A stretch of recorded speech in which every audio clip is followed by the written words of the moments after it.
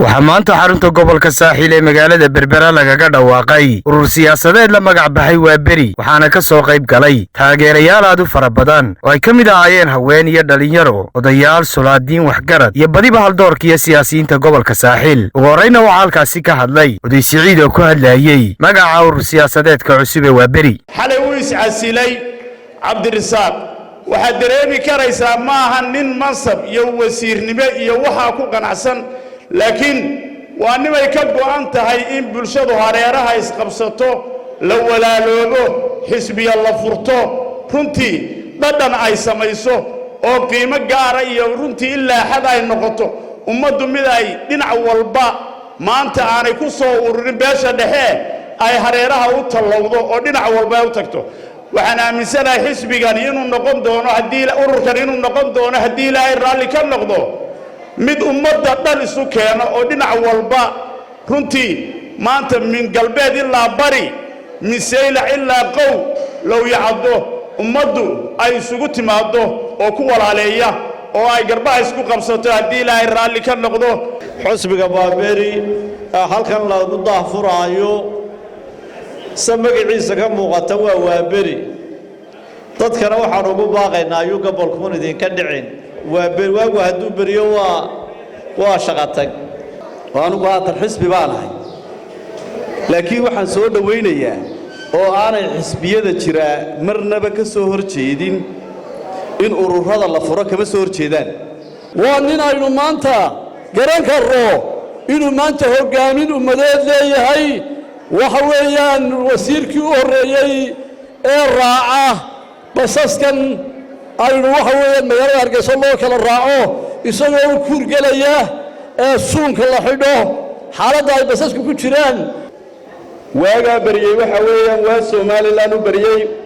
waagii ay qabyaaladda kaga baxaysay waagii ay qarannimada ugu guuraysay sidaa awgeed fariintaan halkan ka dirayaa waxa ay tahay in bulshada reer Soomaaliland maanta halkan uga soo jeedinayaan waxaynu u baahannahay xisbiga qaran ayaynu u baahannahay xisbi qaran marka la leeyahayna waa xisbi la wada leeyahay oo dhammaan bulshada reer Soomaaliland ay wada leedahay waxaan soo dhawaynayaa cabdirasaaq